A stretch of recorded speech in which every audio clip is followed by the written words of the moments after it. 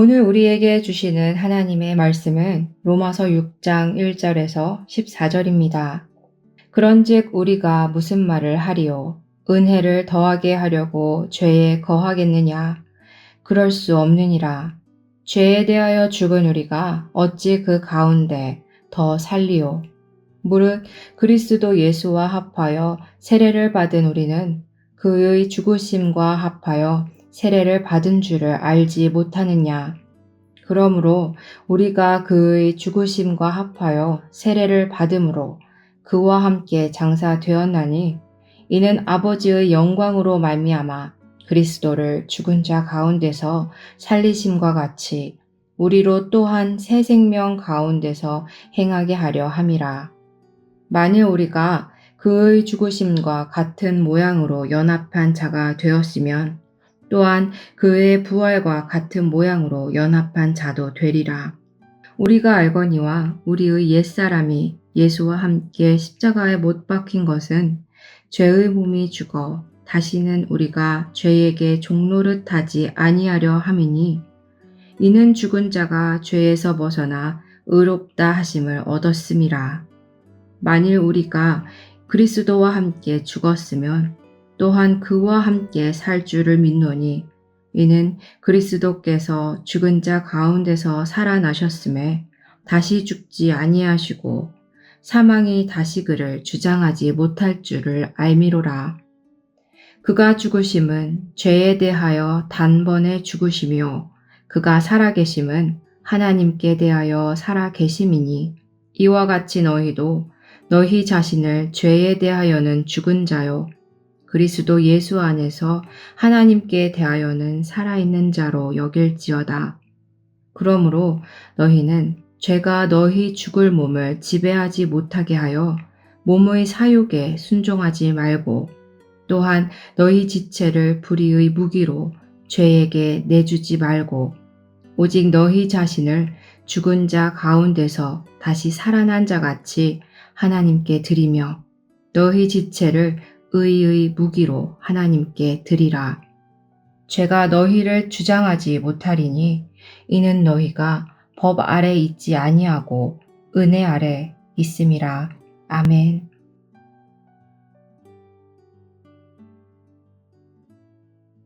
하나님은 사랑이십니다. 그리고 하나님은 거룩한 분이십니다. 그러므로 우리를 향한 하나님의 사랑은 단지 사랑이 아니라 거룩한 사랑입니다. 거룩하다는 것은 죄가 하나도 없다는 뜻입니다. 하나님은 순전한 사랑을 원하셨습니다. 그러나 이전 본문에서 살핀 것처럼 첫 아담은 거룩을 훼손시켰습니다. 죄가 들어왔습니다. 이로 인해 사랑이 불가능해졌습니다. 하나님의 완전하심과 인간의 반항, 하나님과 우리의 본성 사이에는 필연적으로 충돌이 일어납니다. 왜냐하면 하나님은 사랑이시지만 반드시 거룩한 사랑이기 때문입니다. 즉, 죄인들을 동정하면서도 동시에 그들을 용서할 수 없는 사랑입니다. 그래서 하나님은 둘째 아담인 예수 그리스도를 이 땅에 보내셨습니다. 예수 그리스도는 첫째 아담 이후 모든 인류가 이루지 못한 완전한 의로운 삶을 살아내셨습니다. 그리고 첫째 아담 이후 모든 인류가 감당해야 할 죄의 삭을 십자가에서 홀로 감당하셨습니다.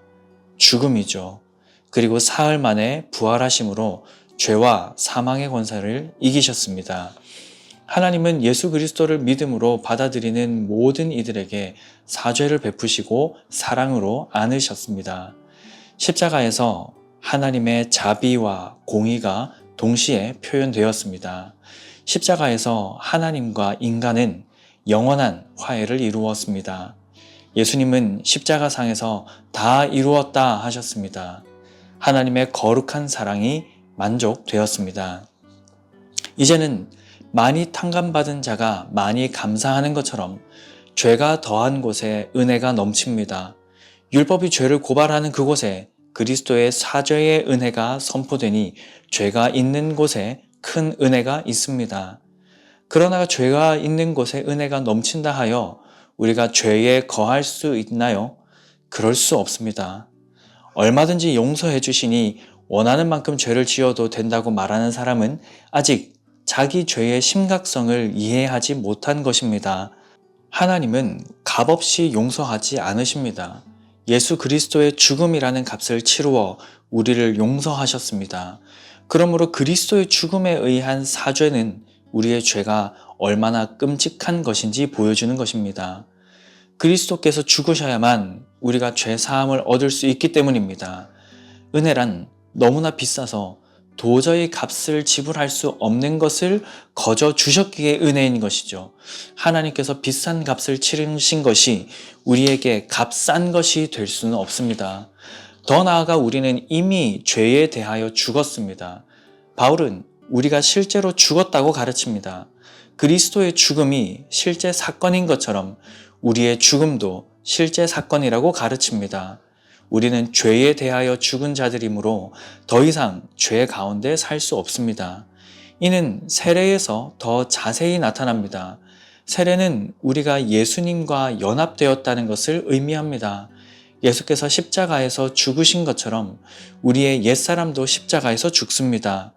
예수께서 부활하신 것처럼 우리의 새사람이 부활합니다. 새사람이 된 우리에게 생명을 부여하신 것은 예수님입니다.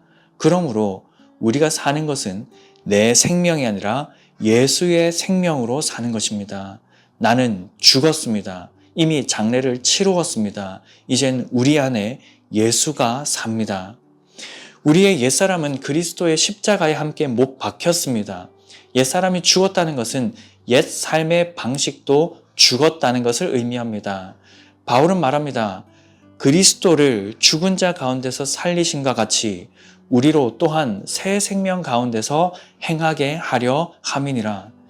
만약 우리가 우리의 죄악된 옛 삶을 죽고 장사된 것으로 생각한다면 우리는 죄에 저항할 수 있습니다. 의식적으로 욕망과 유혹 같은 옛 본성을 혐오하고 치를 떨며 사체로 여기게 됩니다. 크리소스톰은 말합니다.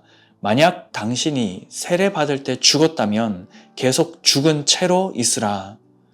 옛사람이 죽었다면 더 이상 죄가 매력적이지 않습니다.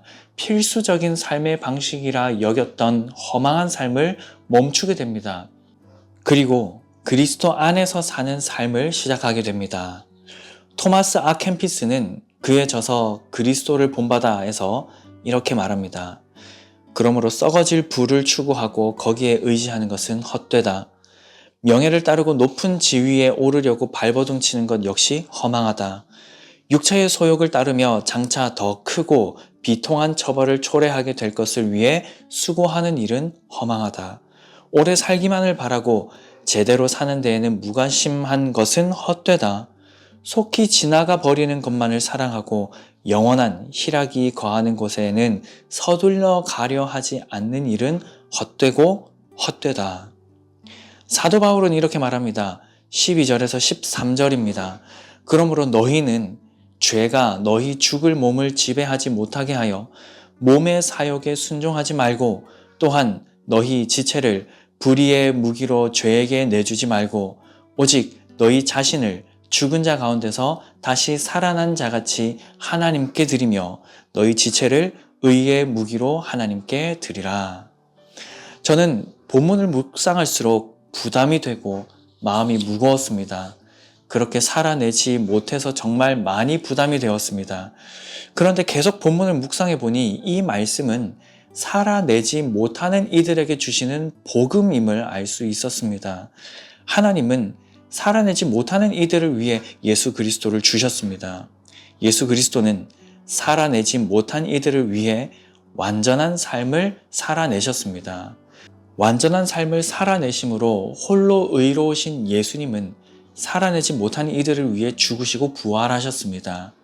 예수 그리스도를 믿으면 살아내지 못했던 우리의 옛 자아가 십자가에서 죽습니다. 예수의 생명이 우리에게 주어집니다. 더 놀라운 것은 완전한 순종의 삶을 사신 예수의 삶이 마치 우리의 삶인 것처럼 인정됩니다. 하나님은 우리 안에 있는 예수님을 보시고 우리를 당신의 자녀로 삼아 주십니다. 세례입니다. 완전한 연합이죠. 예수님께서도 그렇게 기도하셨지 않습니까? 아버지여, 아버지께서 내 안에, 내가 아버지 안에 있는 것 같이 그들도 다 하나가 되어 우리 안에 있게 하사 세상으로 아버지께서 나를 보내신 것을 믿게 하옵소서. 세례의 신비이죠. 영원전부터 하나님 아버지가 예수님 안에, 예수님이 하나님 아버지 안에 거하는 완전한 하나됨.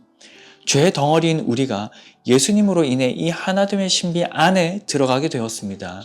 옛 자아는 죽고 예수가 살고 있기에 삼위일체 하나님과 연합하는 교회로 살게 된 것입니다. 그러니 더 이상 사탄이 우리에게 소유권을 주장할 수 없습니다.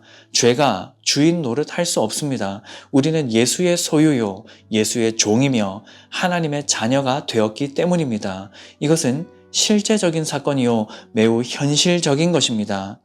물론 이 땅에서 사는 동안 우리는 실수하고 넘어집니다.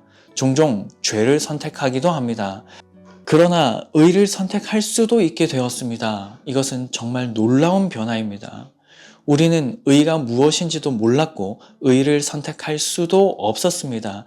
그런데 이제 예수 안에서 의가 무엇인지 알았습니다. 의를 선택할 수 있는 자유도 얻었습니다. 사망의 몸을 입고 있는 한 죄를 지으려는 경향이 있고 이를 피할 수 없습니다만 죄와 사망은 이미 그리스도 예수 안에서 패배했습니다. 그러므로 죄와 사망은 예수와 연합한 우리를 주관할 수 없습니다. 예수를 구주로 믿고 성령의 새롭게 하시는 세례와 온 교회 앞에서 언약의 표징이 되는 물 세례를 받은 사랑하는 성도 여러분, 죄를 미워하고 있으신가요? 의를 선택하기 위해 몸부림치고 계십니까?